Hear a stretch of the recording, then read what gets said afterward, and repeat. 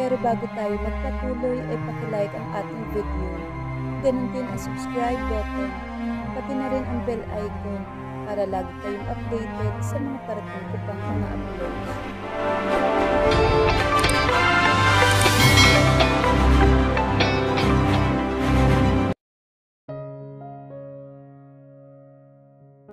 Napaangat siya mula sa pagkakasubsob sa likod ng lalaki nang ihindo nito ang motorsiklo sa tapat ng hilehilerang mga lumang apartment. Baka gusto mo nang bumaba. Nakakalokong sabi nito nang di pa rin siya kumikilos. Napapahiyang inalis niya ang pagkakayakap sa bewang nito at bumaba ng motorsiklo. Ito man ay bumaba na din. Pinasok nito yon sa maliit na gate at binuksan na nito ang pinto ng masikip nitong apartment. Sumunod naman siya. Binuksan nito ang ilaw. Dumiretso ito sa kusina at siya naman naiwan sa sala. Umupo siya sa sofa, nilibot ang tingin. Mula sa lumang color TV, lumang component, lumang tukador, lumang sofa, lumang ventilador na pinagdududahan niya kung gumagana, lumang divider na may mga dekorasyon ng mumurahing mga figurin at mga stuffed toys. Sa kabila ng divider ay ang hapagkainan na pang-apatan. Yun man ay luma na at mukhang magbabago lang dahil binarnisan. Napanguwi siya sa lahat ay luma at kahit pa hindi niya nakikita ang tiyak niyang maliit nitong kusina, sigurado siyang mga luma din ang gamit doon at ganon din tiyak ang kwarto nito. Malamang lumang kutsyon at aparador ang makikita niya doon. Oh God, he was really very poor. Kawawa naman siya. Kaya kailangan tulungan niya ito. Sa perang binigay niya dito kapalit ng pagpapakasal sa kanya na makapagbabagong buhay ito. He just needs to give 6 months of him to her. Nang ilang saglit pa na hindi ito lumalabas, tumayo na siya upang puntahan ito sa kusina. Kaya pala may naamoy siyang mabango at masarap. Nagluto pala ito. Tama din ang hula niya sa kusina. Luma ang medium-sized refrigerator at ang stove na may kalakalawang pa ay luma din. Ang mga tiles ng lababo may mga bakbak na pero may isa siyang napansin. Sa kabila ng mga lumang kagamitan, hindi maikakailang malinis ang kabayan. Mukhang masinop to sa bahay. Sumunod siya dito nang ihain nito sa mesa ang mga niluto. Nagluto na ako kasi tingin ko, gutom lang yan. Kaya kung anong pinagsasabi mo. Umupo na ito. Napaupo na rin siya. Sinangag, pritong itlog at spam at skinless longganisa. May suka pa na may bawang, sili at paminta. Napataas ang kilay niya. May spam pa ito. Siguro bagong sweldo ang lalaki kaya may spam na ipambili. Oo nga, kakasweldo lang ng mga empleyado ni lalong isang araw, kaya marahil may pinambili ng spam ang lalaki. Nang magsimula itong kumain na rin siya and in fairness, masarap ang luto nito. Ano ka ba naman? Simpleng prito at sinangag lang yan. Kahit na, masarap pa rin. Kumuha din ang lalaki ng 2 root beer in can sa lumang ref at inabot ang isa sa kanya. Tahimik lamang sila habang kumakain.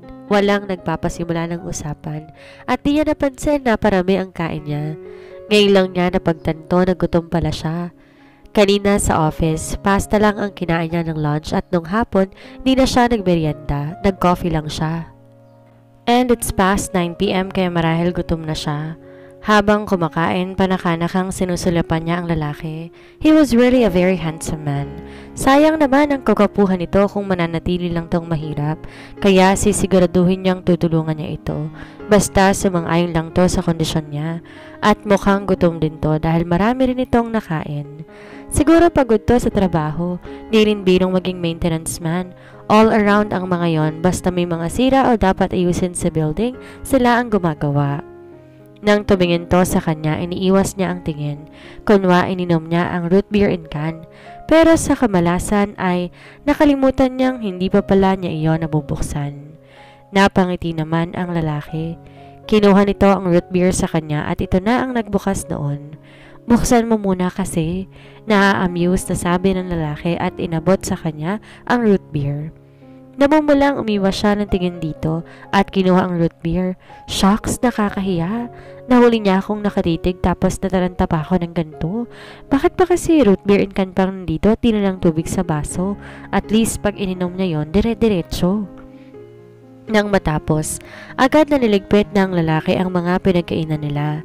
Dinala nito sa lababo ang mga pinggan para hugasan. Sumunod siya. Can I help? Sabi niya sa lalaki na naghugas ng pinggan, and she was again mesmerized. He looked so sexy doing the dishes. No thanks, ilang piraso lang to. Baka mamaya makabasag ka pa. Mukha namang di ka sanay sa ganitong gawain. Hintayin mo na lang ako sa salas. Pagtataboy nito sa kanya.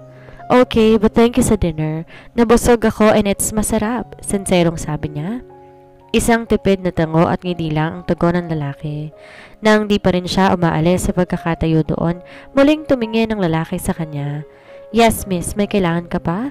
Diba sabi ko doon ka muna sa salas? May bahid ng inis itong sabi. Can I ask your name? Kanina pa tayo magkasama na I-feel awkward na hindi man lang natin alam ang pangalan ng isa't isa.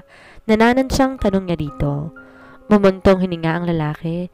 Mukhang nakukulitan na yata sa kanya. Ram, he said. Ram? Ram what? She probed. She wants to know his full name. What's this? Hindi ko obligasyong sabihin sa'yo ang buong pangalan ko. Naiinis ng sabi ng lalaki. Please, sige na. Promise pag sinabi mo, babalik na ako dun sa salas.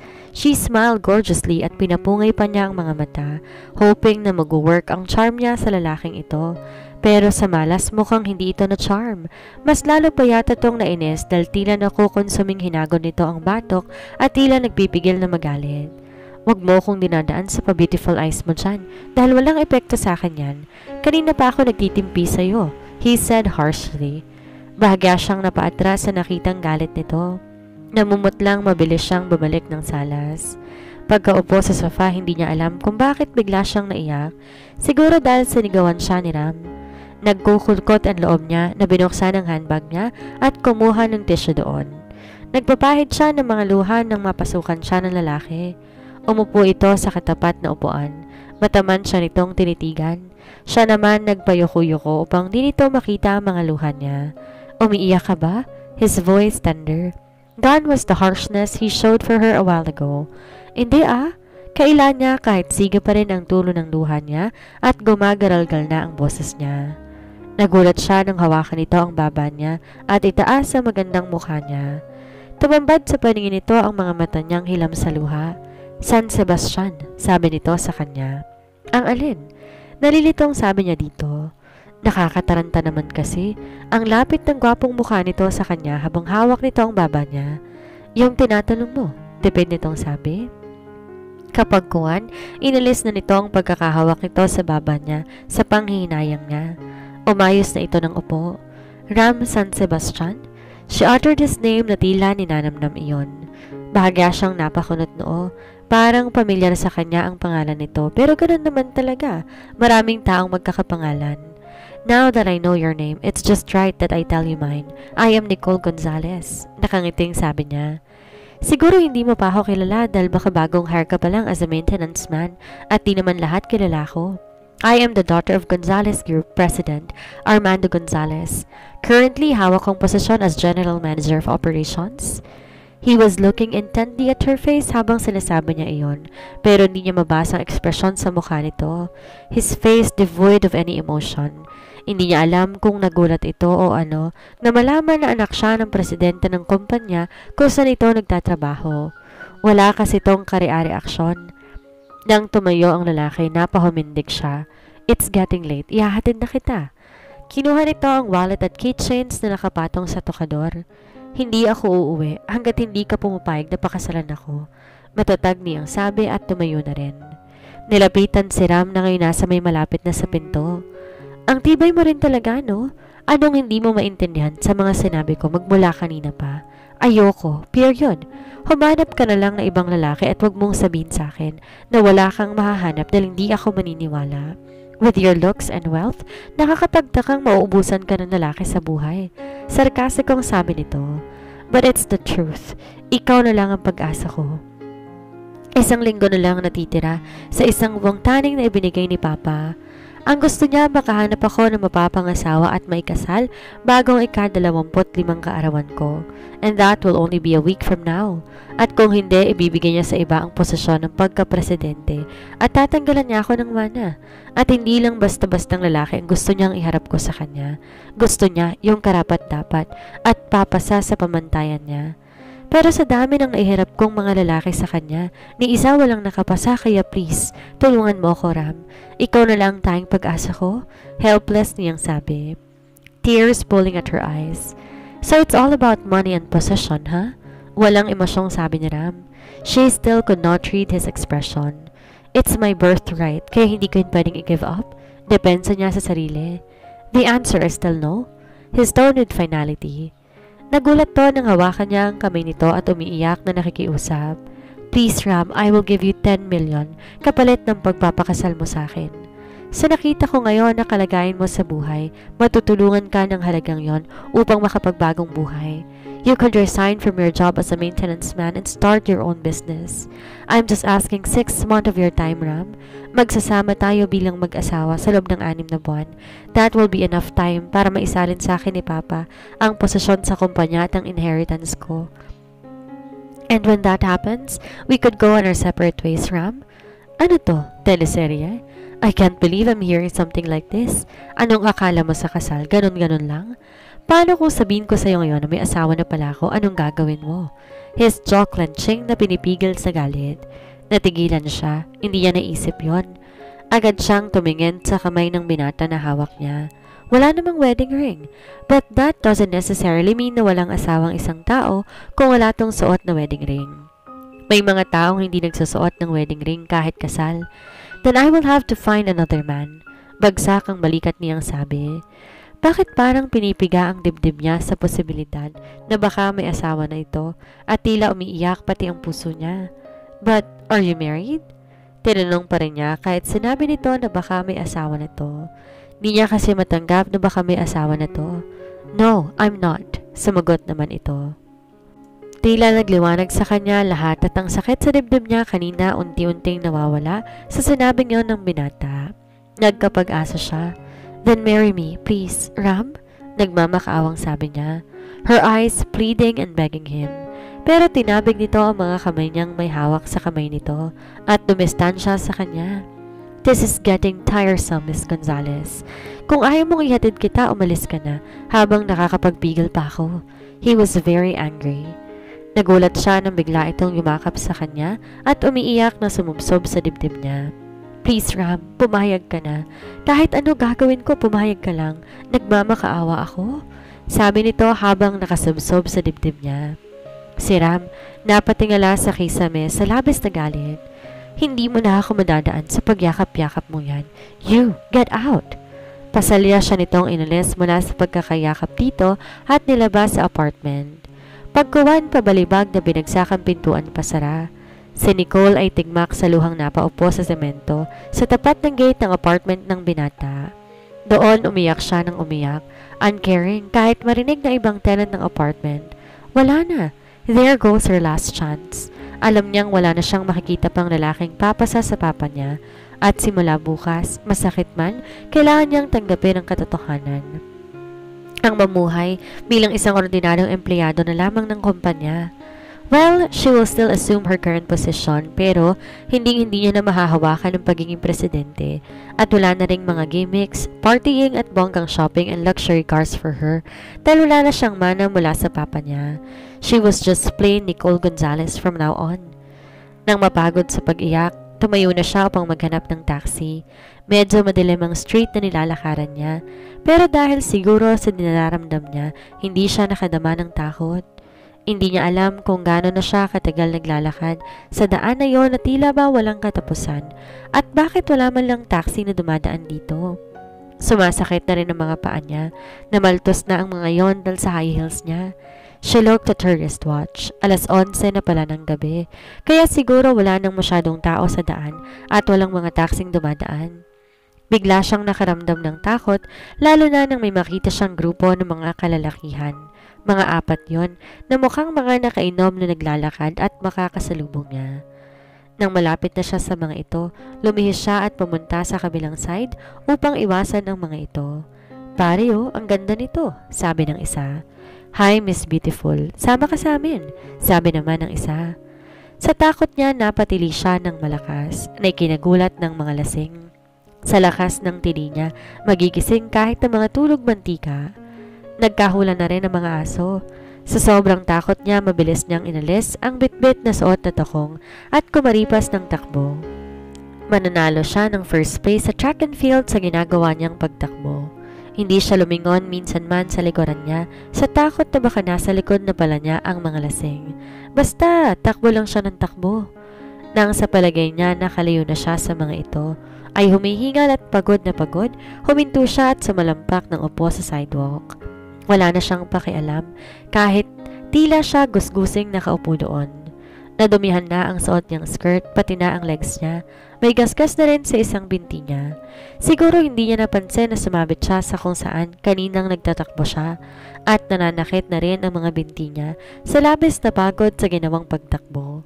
At hindi pa man siya nagtatagalang nakaupo sa semento, noon naman bumuhos ang malakas na ulan.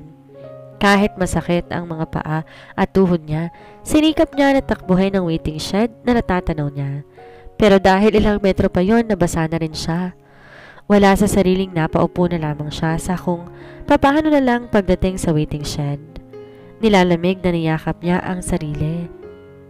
And in the midst of the pouring rain, she burst into tears. Parang sa ulan, tila walang katapusan ng mga luha niya. She felt so alone and so helpless, and nobody cares for her. She was busy crying nang nakayoko, nang sa pag-angat niya ng tingin, may nakita siyang blue or gray ba na worn-out rubber shoes sa tapat niya. Maong na parehas butas ang tuhod, puting kamiseta at naka-helmet na lalaki sakay ng motorsiklo. Hindi niya masyadong makita ang mukha nito dahil naka-helmet, blurry ang paningin niya sa lakas ng ulan. Kumakabog ang dibdib niya. It can't be him. Pinalayas na siya nito kanina but it looks like him.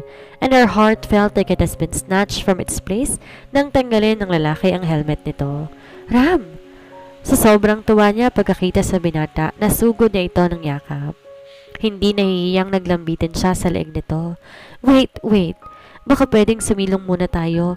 Parang mata yung mga basang sisiw. May ngiti sa labing sabi ni Ram. Ay sorry.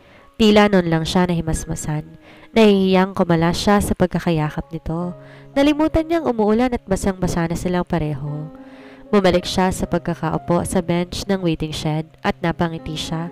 Mukhang hindi na ito galit. Nginingitian na kasi siya nito. Ipinark nito sa tabi ng waiting shed ang motorsiklo at tumabi sa kanya. Medyo humina na rin ang ulan. Ilang saglit pa siguro hihinto na yon. Kung kailan nasa tabi niya na si Ram, tila naman na umid ang dila niya. Hindi niya kasi alam kung anong unang sasabihin dito. Ang naririnig niya lang ay ang sobrang lakas sa tibok ng puso niya. She's afraid he might hear her heartbeat sobrang lakas noon. I'm sorry. Nagkagulatan pa sila dahil nagkasabay nilang binigkas ang parehong salita. No, I'm sorry Nicole. Hindi ko dapat ginawa yon. Sorry for treating you harshly. He spoke her name for the first time and it sounded like sweet melody to her ears. And look at you, are you okay? Bakit nagkandasugat ng mga paa mo at binti? Bakit nakapaka na lang? Your skirt is a mess. Did something happen? Nag-aalalang tanong nito. His gorgeous eyes surveyed her from head to toe. Di naman niya mapigilang makonscious sa mga tingin nito. Ano na lang kaya ang itsura niya sa paningin nito?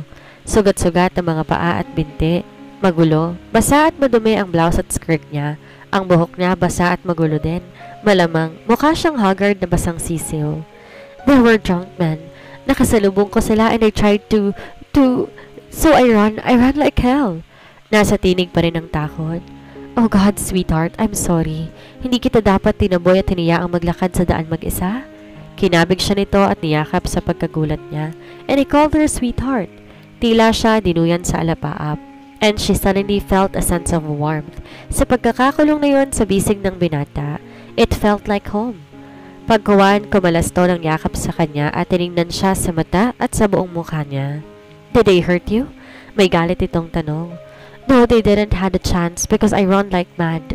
Pag-a-assure niya dito. Lumambot naman ang ekspresyon sa mukha nito at nawala ang galit. He felt relief. Ram, I'm sorry too. Hindi kita dapat napilitin sa isang bagay na hindi mo gustong gawin. Wala akong karapatang idamay ka sa problema ko and we've just met and we're total strangers. Naiintindihan ko na ngayon kung bakit gano'n na lang ang pagtutol mo and I thank you for that. At syempre sa masarap na dinner at sa libreng angkas. Napangiti siya sa huling sinabi niya, though hindi niya naitago sa boses niya ang lungkot at sakit. Wala na kasi siyang magagawa pa sa problemang kinasusuungan. All she have to do now is accept the fact that she lost her position and inheritance. Inalis niya ang tingin sa binata. Naiiyak na naman kasi siya. Kung di makakaabala sa'yo, hintayin mo na lang kung makasakay ng taxi and then you can go home. Medyo nakakatakot kasi dito walang tao sa daan. Bakit sumasakit ang dibdib niya sa posibilidad na baka hindi na sila nito magkita kapag naisakay na siya nito ng taxi? Dahil sa kaibuturan ng puso niya, gusto niya na itong makita sa mga susunod na araw at sa mga susunod pa doon at mga kasunod pa at sa marami pang mga araw. But he is an employee of your company kaya posibleng makita mo pa siya. Tama naman. Kahit maraming empleyado ang kumpanya, may posibilidad pa rin na makasalubong ito isang araw. Pero kung makita niya ito, may magbabago ba? Wala. Dahil ayaw nitong maging bahagi ng buhay mo. Hindi ito sumagot, pero tumayo ito at lumapit sa motorsiklo nito. Huminto na rin ang ulan at ang damit nila unti-unti nang natutuyo sa lakas ng hangin. Bigla siyang kinabahan nang sumakay na to sa motorsiklo. Di naman siguro siya nito iiwan na mag-isa. Baka lumipat lang ng pwesto at gustong doon sa motor nito umupo. Saglit na lang sigurong paghihintay natin ng taxi. Huminto na ang ulan, tiyak niyan may mga daraan na dito. Sabi niya baka kasi naiinip na ito. Napatayo siya sa pagkakaupo nang paandarin nito ang motor. Oh please Ram, don't leave me here. Tingin ko may padaan ng taxi niyan, sandali na lang. Nahintakutang sabi niya. Who says I'm leaving you here? Nangingiting sabi nito. You're not? Nagugulumihanan na yung sabi. Yes, I'm not. Lalong lumapad ang ngiti nito. Ba't nakasakay ka na dyan? Para ihatid ka sa inyo. Hindi nawawala ang ngiti nito. Oh no, you don't have to. Nakakaya na sa'yo. Naabala na kitang masyado. Baka makasakay lang ako ng taxi, okay na ako. Tsaka malayo sa amin, out of way ka. Na-touch siya dahil gusto pala siya nitong ihatid. Kala pa naman niya, iiwan siya nito dito. Sakay ka na. Hindi nito pinansin ang sinabi niya. Ano ba Ram? Huwag na sabi. Magta-taxi na lang ako. Giit niya rito. Tumingin ito sa relo nito. It's officially 12 midnight, so may 6 days na lang sa taning na ibinibigay ng papa mo. Yes, pero hindi naman yun ang pinag-uusapan natin. Ang sabi ko, magta-taxi na lang talaga ako. Naguguluhan na siya sa mga sinasabi ng binata. Sa pagkabigla niya, tumayo ito mula sa motorsiklo at sa isang iglap na isakay siya nito doon. But this time, paside ang pagkakaupo niyang nilagay ito doon. Ito man ay sumakay na din ng motor. What are you doing, Ram? Hindi bang sabi ko magta-taxi na lang ako? Nagagalit na niyang sabi. Taking you home and to meet my future father-in-law. Hold on tight, sweetheart. Ngiting-ngiting sabi nito na nilingon siya. Pagkuwan, sinuot na ang helmet. What? Yun lang nasabi niya dahil pinaharurot na nito ang motor at napayakap na lang siya na mahigpit sa bewang nito. Nang nasa highway na sila, sinabi niyang address niya dito. Di niya kasi alam kung alam nito kung saan siya nakatira. Malamang hindi nito alam dahil ngayon lang niya ito nakilala. Habang nasa daan, samot-saring nagsasalimbayan sa isip niya. Kung ba't biglang nagbago ng isip ang binata at pumayag sa gusto niya. Baka naawa sa kanya o kaya nagipit ito at kailangan ng pera o kung di man to nagigipit sa ngayon, baka gusto nitong guminhawa at magbagong buhay. Hindi na balik kung anong dahilan. Ang mahalaga pumayag na ito. Well, hindi to magsisisi sa naging pa siya. Sisiguraduhin niyang maibibigay niya rito ang 10 milyon kapag naikasal na sila para matulungan to. And after 6 months, she will file for annulment para hindi to matali sa kanya. He has a life of his own, kaya hindi niya to pwedeng kulong sa kasal na napilitan lang to. And also, so he could find a woman that he truly wanted to marry. Bakit tila may hatid na kirot sa dibdib ang naisip niyang yon? Isa na lang ang problema niya, kung makakapasa ito sa papa niya. Nakuha ng matuyo ng mga damit nila nang ipark ng binata ang motorsiklo sa driveway nila. Bumaba siya ng motor at may kaba sa dibdib na tumingin sa binata. Ang binata naman ngumiti na tila binibigyan siya ng assurance na magiging okay ang lahat. Bukas kasi ang ilaw sa salas, tanda na gising pa ang papa niya at malamang hinihintay siyang umuwi. Sa pagkataranta at takot niya kasi ay hindi niya magawang i-text man lang ang papa niya. 2 bagay lang ang pwedeng mangyari. Ang magalit ang papa niya dahil ginabi na naman siya ng uwi o ang matuwa ito dahil may mapapakilala siyang mapapangasawa. Pero hindi pa rin siya sigurado doon. Kung papasa si Ram sa standards ng papa niya, she just hope and pray. Inayos muna niya ang sarili, ang magulong buhok at damit, pero parang wala namang naayos sa ginawa niya dahil gusot na talaga ang damit niya. Hindi man lang yon nakabawa sa kagwapuhan nito. Ang nabasa nitong buhok kanina na ngayon ay natuyo na at ngayon medyo magulo ay lalo lang nakadagdag sa kakisigan nito. At yon ngayon ay muling nagpapabilis sa tibok ng puso niya habang tinititigan ito. Inalis niya ang tingin kay Ram, naglakad sa may pintuan. Bitbit pa rin niya ang takong na hindi niya na nagawang isuot. Nananakit kasi ang mga paa niya at maraming paltos. Bumuntong hininga muna siya at pagkatapos binuksan na ang pinto. Si Ram nasa likod niya at sumunod sa kanya. Ang papa niya nakaupo sa sofa at mukhang hinihintay nga siya. Pagkakita sa kanya, hindi naman to mukhang galit. Mukha nga itong nag-aalala, lalo na nang makita ang itsura niya na madumi ang damit at ang mga binti niya ay may sugat. What happened to you? Nag-aalalang tanong nito. Pagkuwan ay gumuhit ang pagkagulat sa mukha ng papa niya nang makita ang kasama niya. Bahagya siyang nagpaliwanag kung bakit ganun ang itsura niya, pero hindi yata yon ganun naintindihan ng papa niya dahil mataman ito ngayong pinagmamasdan ang binatang kasama niya. Nawala na ang atensyon nito sa kanya. Magandang gabi po, Mr. Gonzales. Magalang na bati ni Ram. Tumango naman ang papa niya pero hindi rin inaalis ang pagkakatingin dito.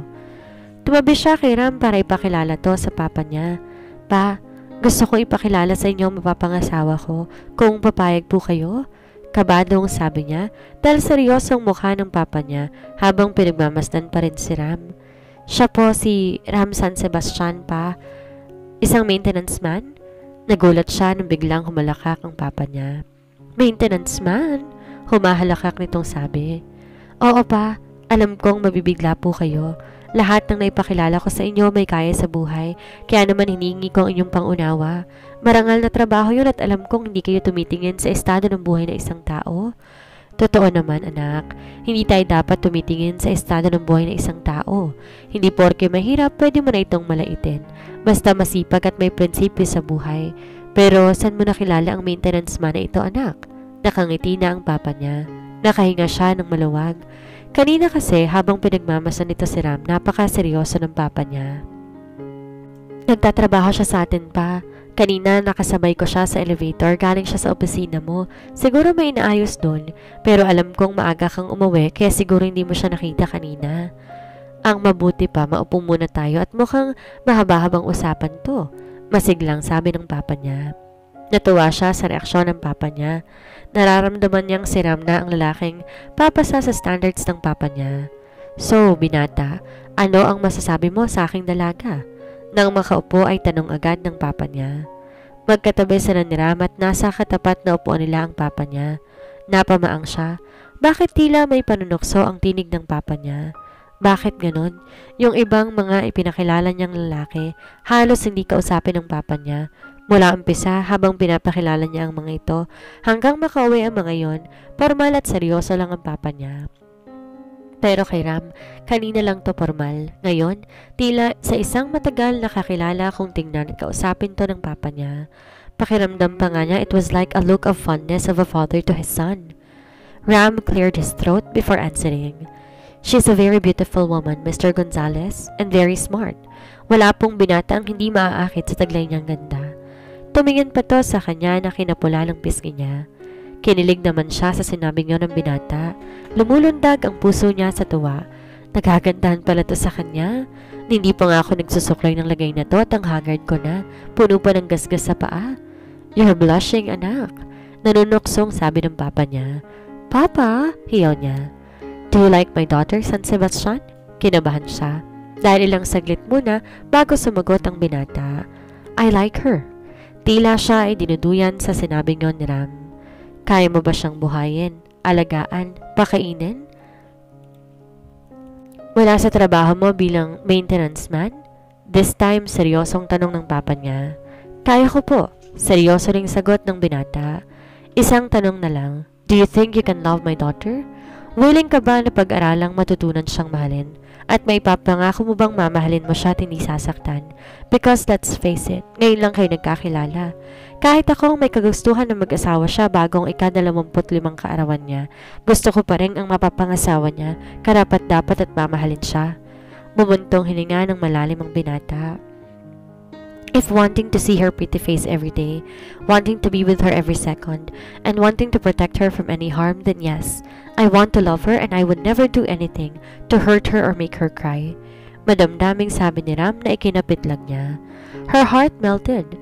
Labis na naniligayahan ng puso niya sa mga sinabi nito at nalito siya kung totoo ang sinasabi nito o umaarte lang ito. Bakit pakiramdam niya totoo lahat ng sinabi nito?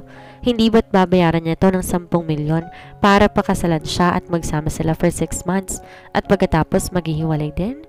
Malinaw niya yung sinabi sa binata. Ba't pakiramdam niya kung magsalita ito parang pang forever ang kasal nila na para bang nangangako tong mamahalin siya nito habang buhay? Pero hinamig niya ang sarili. Malamang, sinabi lang yun ni Ram para lubusang mapapayag ang papa niya. Yan lang ang gusto kong marinig. Natutuwang sabi ni Armando at pagkatapos tinapik sa balikat si Ram na napangiti na rin. Pagkatapos siya namang binalingan ng papa niya. How about you, Iha? What do you think of Ram? Napangiti siya. Daig pa ni Tito Boy ang papa niya kung makapagtanong. Feeling niya tuloy love team sila ni Ram sa pelikula at ngayon nasa hot seat sa talk show ni Tito Boy. Ano nga bang tingin niya kay Ram? He is so gorgeous pa. I think I can stare at him all day and I wouldn't mind. And he is so sexy and hot. Very, very handsome. Napahinto siya at natutop ang bibig. Bakit ba niya nasabi yun na parang wala sa harap niya ang binatang pinag-uusapan? Si Armando muling napahalakak sa sinabi ng anak. Nang tumingin siya sa binata na may nakakalokong ngiti sa labi nito and amusement in his eyes. Oh my, nakakahiya. And do you like him? Nakatawa pa rin si Armando sa anak. Yes, I like him. Nahihiyang sabi niya. But that came from the bottom of her heart. She knows deep inside her she likes him. Kaya mo bang tanggapin ang kung anumang kaya niyang i-provide mula sa trabaho niya as maintenance man? Medyo nag-atubili siya sa sagot niya. Hindi kailangang si Ram ang magpo-provide sa kanya. Hindi nga ba't babayaran niya to ng 10 milyon? Pero sinagot lang siguro ni Ram ang tanong na yon ng papa niya kung kaya siya nitong buhayin mula sa trabaho nito bilang maintenance man dahil wala namang alam ang papa niya sa kasunduan nila. Kaya ko naman pa, but let's face it, may trabaho din ako at may mana pa. Di naman kailangan sa kanya lang ako aasa. She said, trying to reason out. Alam ko, kakibat ng pag-aasawa mong to ang posisyon mo sa kumpanya at ang mamanahin mo. Mapapasayo yun oras mag-asawa ka na. Pero asawa mo pa rin ang masusunod pagdating sa kung paano kayo magsasama. At isa na doon ang pagpaprovide sa magiging pamilya ninyo. Pero Papa, siguro kailangan na lang niyang kausapin si Ram after kung paano magiging setup ng pagsasama nila. There is no way na aasa lang siya dito kung meron man siyang means para mamuhay sila ng maginhawa. Kaya nga niya inalok to ng 10 milyon para makapamuhay to ng maalwan tapos dadagdag pa siya. Sa hirap ng kalagayan nito sa buhay base sa mga nakita niya sa apartment nito, hindi siya papayag na ito ang magtaguyod habang nagsasama sila. Wala nang pero-pero at itong isang tanong ko pa anak, and answer me honestly. Handa ka bang mahalin si Ram at manatili sa tabi niya kahit anong problemang dumating sa inyo? Kundi sa kaseryosohan ng boses ng papa niya, matatawa siya. Tila kasi to marriage officiator na nagtatanong ng vows nila ni Ram. Kulang na lang sumagot siya ng I do. If wanting to see his handsome face every day, wanting to be with him every second, and wanting to protect him from any harm, then yes, I want to love him, and I would never do anything to hurt him or make him cry. Hindi niya alam kung wala lang siyang maisip sabihin, kaya ginaya niyang sinabi ni Ram kanina. But if truth be told, she meant every word. Ang binata napangiti sa sinabi niya. Nikki, walang kopyahan ng sagot. Natatawang sabi nito. Nikki? Kumistot ang dibdib niya sa nickname na itinawag nito sa kanya. Yes, Nikki. I love to call you Nikki. He smiled gorgeously. And I love it too. Her heart made a somersault sa ngiting yon ng binata. Aham, mga anak, nandito pa ako. Natatawang singit ni Armando. Yaman din lamang at nasagot nyo ng lahat ng mga tanong ko. Binibigay ko na sa inyo ang aking basbas at pahintulot na may ikasal. Masayang sabi ni Armando sa dalawa. Oh pa, thank you pa. I love you. Emosyonal niyang niyakap ang ama. Alam niya, fair na tao ang papa niya kaya siguro wala tong nagustuhan sa mga pinakilala niya dati dahil sa pinahirapan siya nito, kundi dahil hindi ito nakita sa mga ito ang nakitang katangian ni Ram. Anak, hinahangad ko ang kaligayahan ninyo. Di nyo man kaagad mahal ang isa't isa sa ngayon, alam ko. Lalo ko ang pag-ibig sa inyong dalawa. Basta, alagaan nyo lang to. Sa nakita kong tinginan ninyong dalawa ngayon, nakatitiyak akong darating ang araw na yon ay may katiyakang sabi ni Armando. Nang kumala siya ng yakap sa ama, si Ram naman ang hinarap ng papa niya. Ram, iho, ikaw nang bahala sa anak ko. Minsan may katigasan ng ulo niyan pero sweet at mabait yan. Huwag mo na lang siyang paiiyakin at mananagot ka sa akin. Minsan ang pag-ibig, hindi mo alam na nasa harapan mo na pala. Minsan matagal bago mo ma-realize na yun na pala yun. Pero kapag na-realize mo na yun na ngayon, wag mo na tong pakakawalan. Dahil minsan lang yun darating. Tinapik nito sa balikat ang binata. Salamat po, Mr. Gonzales, sagot ni Ram. No, Ram, you can call me Papa from now on, sabi ni Armando. Sige po, Papa. Medyo naiilang na sabi ng binata. Oh, paano? Madaling araw na. You should get some sleep, Iha. You look tired.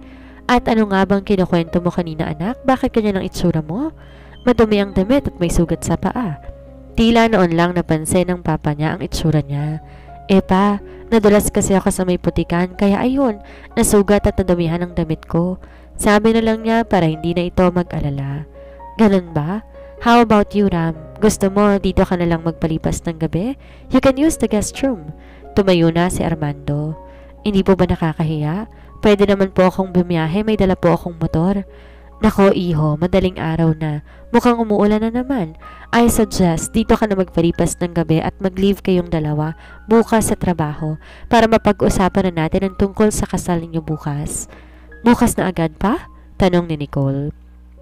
Oo naman, 5 araw na lang, birthday mo na, para naman kahit papano makapaghanda kayo. O siya, sige, aakit na ako sa silid ko at sumasakit ang tuhod ko. At Nicole, anak, ikaw nang bahalang mag-asikaso sa asawa mo. Nanunoksong dagdag ni Armando. Papa, hindi pa naman kami kasal, bulong niya sa ama. Ganun din yon? Tumatawang sabi ng papa niya at tuluyan ng pumanhik. Naiwan silang dalawa ni Ram. For an awkward moment, there was silence between them. Bakit ba sila nagkailangan ngayon? Samantalang kanina, ang dami nilang mga nasabi tungkol sa isa't isa. Kapag kuwan, siya na ang bumasag ng katahimikan. Ram, come follow me. I'll take you to the guest room. Giniyan niya ito paakyat. May guest room sa tabi ng gilid niya sa taas. Sumunod naman ito. Nakakailang hakbang na siya sa hagdan pero dahil siguro nanghihina pa ang mga paa niya sa ginawang pagtakbo kanina ay kumabisala iyon at nawalan siya ng balanse. Napatili siya dahil ang akala niya mahuhulog siya. Pero dahil nasa likod niya si Ram ay sa mga matitipunong bisig siya nito naglanding. Their position was so intimate. Hawak ng isang kamay nito ang katawan at tila nakahuma sa pasunod sa katawan niya sa pagkakadikit at gahibla na lamang ang layo ng labi nito sa mga labi niya. Ang mga mata nito ay namumungay at natatangay siya. And she could hear the loud beating of her heart, lalo na nang unti-unting bumaba ang mga labi nito sa mga labi niya.